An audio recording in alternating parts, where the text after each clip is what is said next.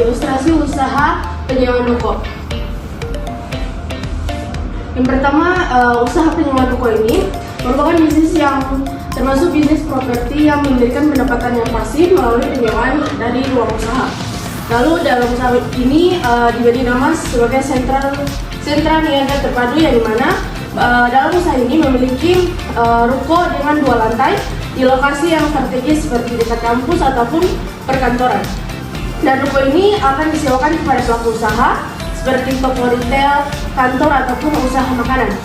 Dan pendapatan utama dari usaha penyewaan ruko ini berasal dari biaya sewa tiap tahunnya yang dibayarkan oleh penyewa dan juga uang jaminan atau security deposit.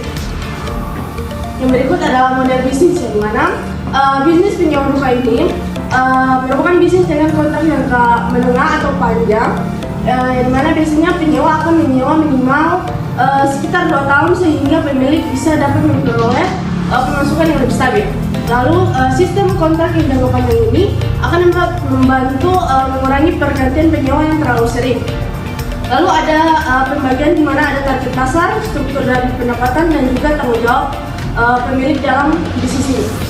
Jadi untuk target pasarnya, jadi dalam usaha ini target pasarnya meliputi tadi penyewa dari usaha mikro dan juga bisnis retail. Yang ini pemilihan untuk target sangat penting, di mana jika target pasar yang tepat dapat meningkatkan peluang ruko untuk dapat cepat terisi dan juga dapat menghasilkan keuntungan yang lebih konsisten.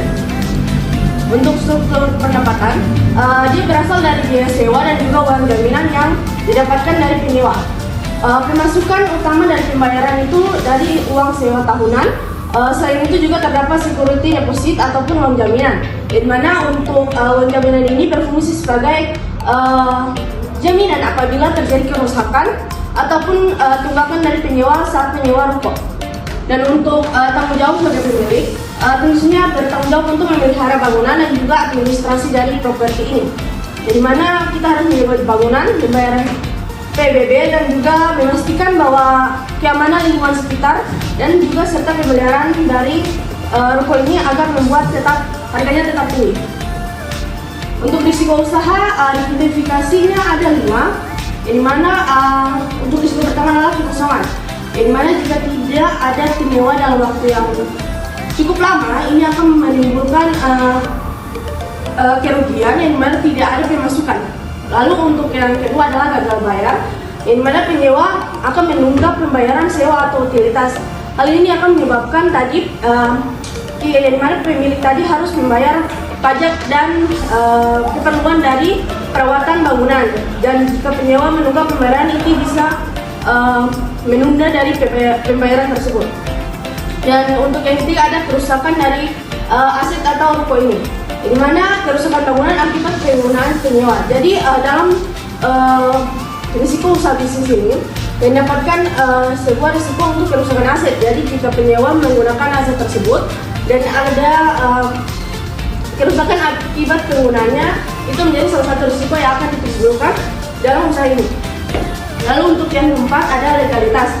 Jadi untuk usaha ini harus melengkapi izin-izinnya seperti surat-surat tanah, lalu legalitas dari surat-surat tersebut harus dipenuhi, karena usaha ruko ini sangat sensitif terkait dengan sengketa-sengketa jika memiliki tanah di yang lain tersebut bisa menimbulkan masalah. Lalu untuk yang kelima ada likuiditas. Jadi bisa dibilang bahwa untuk risiko usaha dari penyewa ruko ini dia termasuk tidak liquid karena sangat sulit dijual dengan cepat karena membutuhkan proses yang sangat rumit. Yang berikutnya adalah strategi mitigasi risiko. Jadi ada beberapa strategi yang dapat digunakan untuk dapat mencegah tadi risiko-risiko yang sudah diidentifikasi.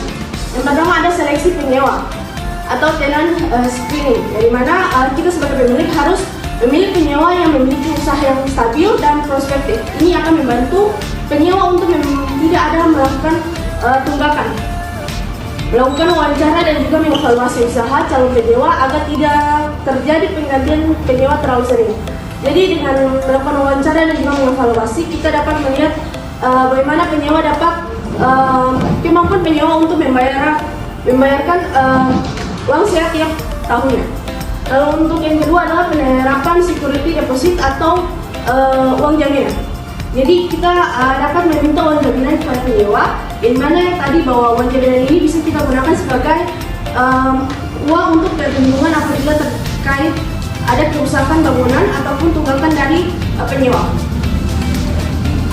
Yang berikut ada kontrak sewa yang kuat. Jadi membuat perjanjian yang jelas dan juga legal ini sangat penting karena dapat membuat bisa membuat peraturan yang jelas apa yang menjadi hak dari kedua belah pihak terkait penyewa ataupun yang menyewakan.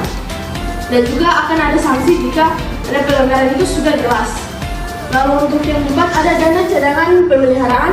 Jadi dalam usaha ini kita juga dapat melakukan strategi dengan menyisihkan sebagian pendapatan untuk perawatan bangunan, di mana dana yang digunakan sekitar 5-10% dari pendapatan sewa. Jadi dana ini akan digunakan untuk renovasi ataupun perbaikan rutin supaya kondisi ruko juga tetap baik dan juga menarik bagi penyewa lagi. Yang terakhir ada asuransi aset, yang mana asuransi properti all risk atau PIR, yang mana ini akan membantu untuk melindungi bangunan dari risiko seperti kebakaran, bencana alam ataupun kerusakan besar lainnya. Jadi ini akan dapat membantu kita sebagai pemilik untuk mengurangi biaya saat terjadi hal-hal tersebut seperti tadi kebakaran ataupun bencana alam dan hal-hal yang tidak terduga.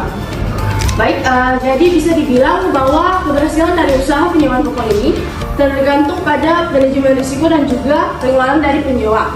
Yang dimana dengan memilih penyewa yang tepat, kita akan memiliki kontrak yang kuat dan juga dapat menyediakan dana cadangan dan juga dapat menggunakan asuransi sebagai strategi mitigasi dari risiko-risiko yang akan ada. Lalu usaha penyewaan ruko ini menjadi sumber pendanaan yang bisa bilang stabil dan juga bisa dilanjutkan. Itu saja presentasi dari saya.